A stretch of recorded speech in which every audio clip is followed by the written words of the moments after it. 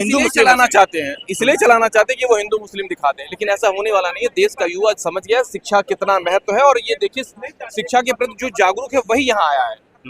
तो तमाम लोग आए हैं। अच्छा, जो बीजेपी के चाहने वाले लोग हैं उनका ये एक आरोप है कि उसमें सिर्फ जो है एक कम्युनिटी, एक समुदाय के लिए ही ये यूनिवर्सिटी बनाया गया था। वो चूतिया टाइप के लोग हैं, वो जाके वहाँ देखें 80% वहाँ पर हिंदू पढ़ते हैं। यह देश हिंदू बाहुल्य है, तो वहाँ कहाँ से एक पर्सनल एक कम्युनिटी के लोग होंगे कहाँ से, और पर्सनल एक कम्युनिटी के टीचर कहाँ होंगे। बहुत सारे स्कूल जो है बंद भी हुए यूपी में। वो सरकारी थे, बंद कर दिया। ये मैंने कहा ना, ये सरकारी नौकरी नहीं देंगे, ये आपसे घंटा बजवाने की तैयारी करा रहे हैं।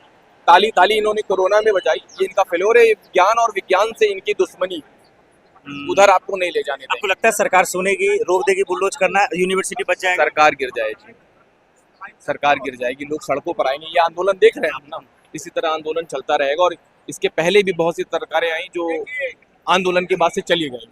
ठीक। इसी जंतर मंतर से आंदोलन हुआ और सरकारें खत्म हो गई। उनको अनुमान नहीं था कि ये आंदोलन कितना बड़ा, उनको लग रहा था कि दीप जी आए हैं तो बहुत छोटा सा आंदोलन होगा, और इसको वांगचुक जी ने कितना बड़ा कर दिया। वांगचुक जी को उठा के लेके गए, हम लोग उन्हीं के समर्थन में आए हैं। एक सही मांग है, वो किस चीज की मांग कर रहे हैं? देश के युवाओं के लिए, अगली पीढ़ी के लिए एडवांस करने के लिए। देश को पढ़ेगा लिखेगा जागरूक होगा आपके देश का युवा, तो उसको समझ होगी कहाँ क्या करना है, कहाँ क्या नहीं करना है, कहाँ कैसी रहना है। जब आप उसे जाहिल बना दोगे तो उसे पता ही नहीं है कि हम किस चीजों को कैसे यूज करें। कोई निरक्षर व्यक्ति आएगा तो उसके लिए ये माइक जीरो है। बिल्कुल।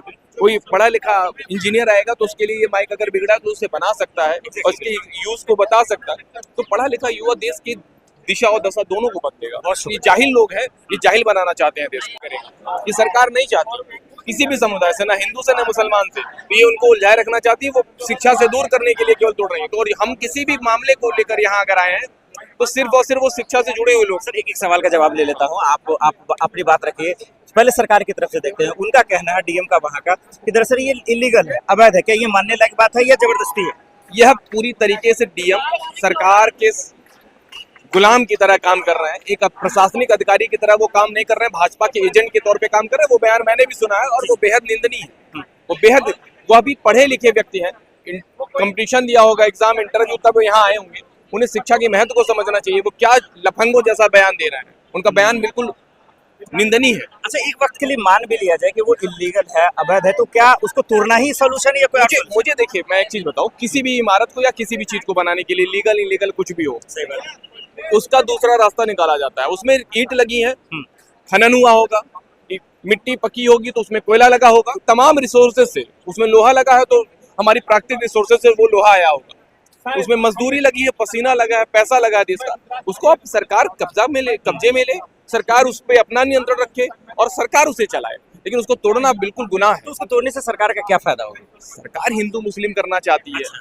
यूपी की राजनीति और देश की राजनीति इसी पे चल रही थी, अब वो चलेगी नहीं। राम मंदिर लूट लिया चोरों ने, वहाँ का चंदा चोरी कर लिया, तो बस वो धीरे धीरे इनके सारे खुलासे हो रहे हैं। और ये मतलब आप ये कह रहे हैं कि जौहर यूनिवर्सिटी पे बुलडोजर इसलिए चलेगा ताकि वो हिंदू मुस्लिम चलाना चाहते हैं, इसलिए चलाना चाहते हैं कि वो हिंदू मुस्लिम दिखा दें, लेकिन ऐसा होने वाला नहीं है। देश का युवा समझ गया शिक्षा कितना महत्व है, और ये देखिए शिक्षा के प्रति जो जागरूक है वही यहाँ आया है। तो तमाम लोग आए हैं। अच्छा, जो बीजेपी के चाहने वाले लोग हैं उनका ये एक आरोप है कि उसमें सिर्फ जो है एक कम्युनिटी, एक समुदाय के लिए ही ये यूनिवर्सिटी बनाया गया था। वो चूतिया टाइप के लोग हैं, वो जाके वहाँ देखें 80% वहाँ पर हिंदू पढ़ते हैं। यह देश हिंदू बाहुल्य है, तो वहाँ कहाँ से एक पर्सनल एक कम्युनिटी के लोग होंगे कहाँ से, और पर्सनल एक कम्युनिटी के टीचर कहाँ होंगे। बहुत सारे स्कूल जो है बंद भी हुए यूपी में। वो सरकारी थे, बंद कर दिया। ये मैंने कहा ना, ये सरकारी नौकरी नहीं देंगे, ये आपसे घंटा बजवाने की तैयारी करा रहे हैं।